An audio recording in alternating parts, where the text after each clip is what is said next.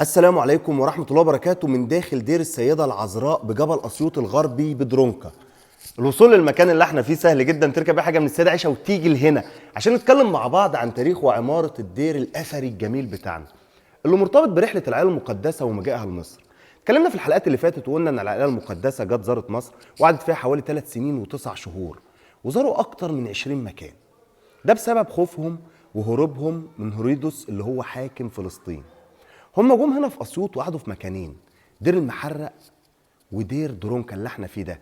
ومن الدير ده كانت الاشاره بالرجوع للعائله ان هم يرجعوا تاني على فلسطين، لان الحاكم اللي هم هربانين منه اللي هو هرودس كان مات.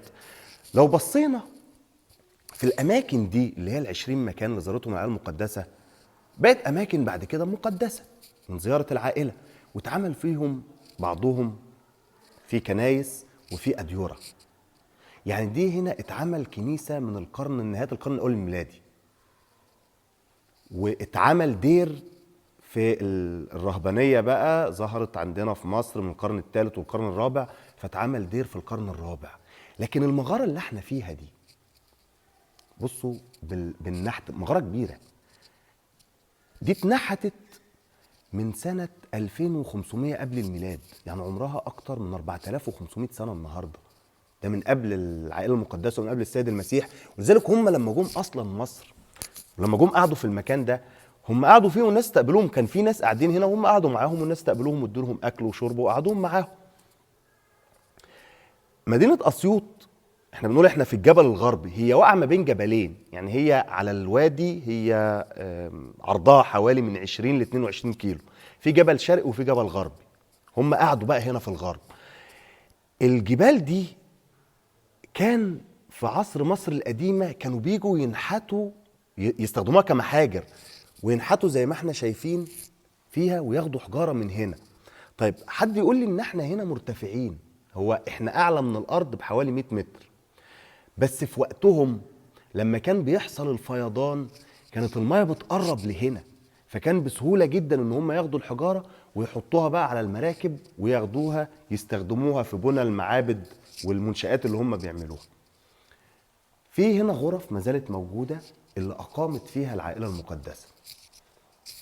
لو بصينا هنا قعد السيد المسيح والسيدة العذراء في الغرفة دي.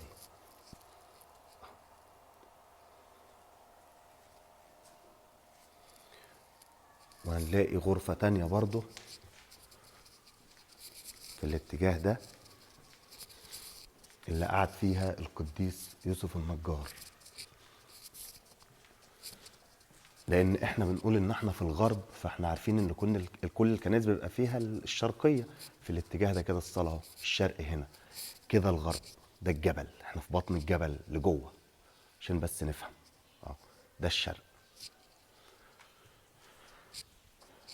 دي الحجره اللي كان بيقعد فيها القديس يوسف النجار.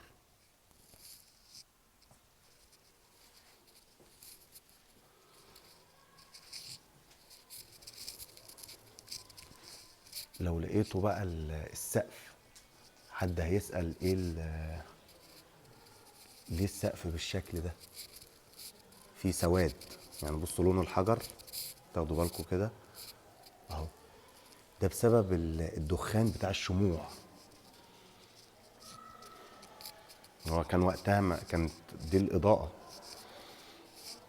مفيش إلا الشموع بس. المائدة الكهنوتية اللي جوه الهيكل.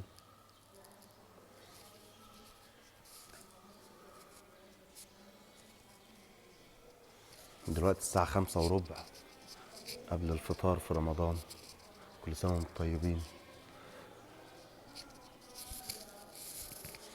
اتمنى ان احنا نكون ورانا لكم مكان جديد وعرفتوا معلومة جديدة. ما تنسوش تعملوا شير. نشوفكم ان شاء الله في اثر جديد وحلقة جديدة من حلقات الصعيد. والسلام عليكم ورحمة الله وبركاته.